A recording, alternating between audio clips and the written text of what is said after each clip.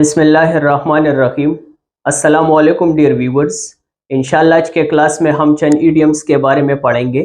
पहले वीडियो में भी हमने 3 ईडियम्स के बारे में पढ़ा था। आज के क्लास में इंशाल्लाह हम 3 और ईडियम्स के बारे में पढ़ेंगे। पहला ईडियम है under the weather. Under the weather को हम तब इस्तेमाल करते हैं जब हम माइल्ड इलनेस की बात करते हैं या सिक की बात करते हैं, सिकनेस की बात करते हैं कि कोई इंसान, कोई पर्सन या सिक है, बीमार है या वो परेशान है।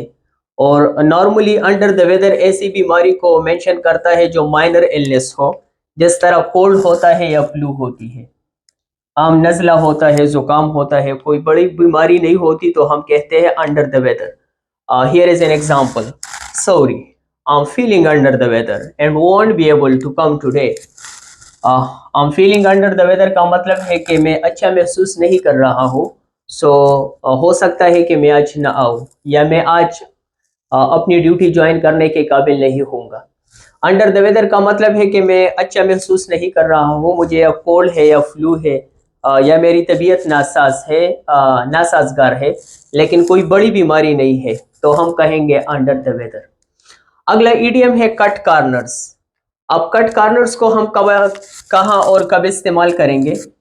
बाज़ औक़ात हमें कोई ऐसे काम से वास्ता पड़ता है जो बहुत अहम काम होता है और उस काम का हर एक स्टेप बहुत इम्पोर्टेंट होता है। अगर उसके 10 स्टेप हो तो 10 वो स्टेप इंतहाई इम्पोर्टेंट होते हैं और हमें किसी भी स्टेप को स्किप करना नहीं चाहिए।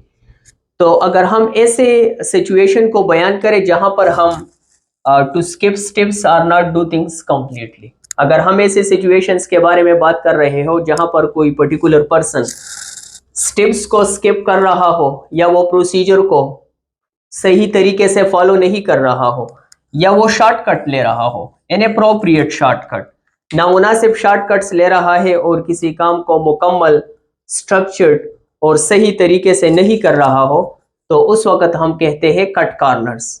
इसका मतलब है कि कोई शॉर्टकट ले रहा है और जो स्टेप्स है या जो प्रोसीजर है उसको फॉर्मली, स्ट्रक्चरली सही तरीके से फॉलो नहीं कर रहा है। Here is an example: this is an important project. आप किसी से कह रहे हैं कि ये बहुत अहम प्रोजेक्ट है, बहुत अहम काम है, so don't cut any corner on this, don't cut any corner on this.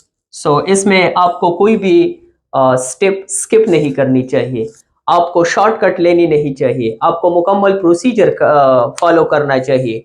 Don't cut any corner on this one.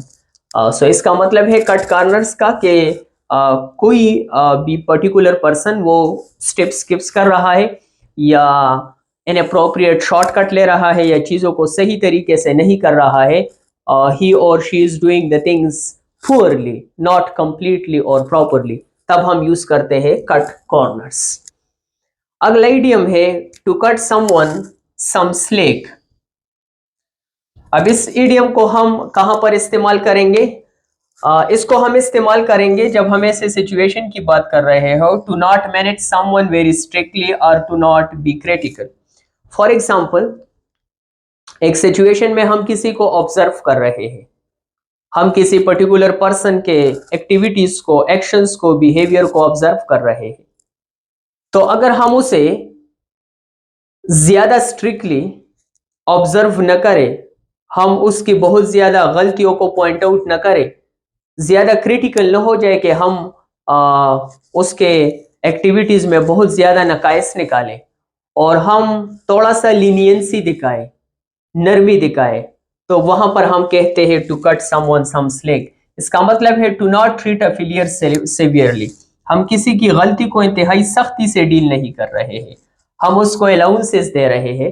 Likewise हम लीनियंसी का मुजाहिरा कर रहे हैं, हम लीनियंट बन रहे हैं, हम नरमी इख्तियार कर रहे हैं। हियर इज एन एग्जांपल: हम किसी से कह रहे हैं cut me some slack, I am trying, cut me some slack, I am trying.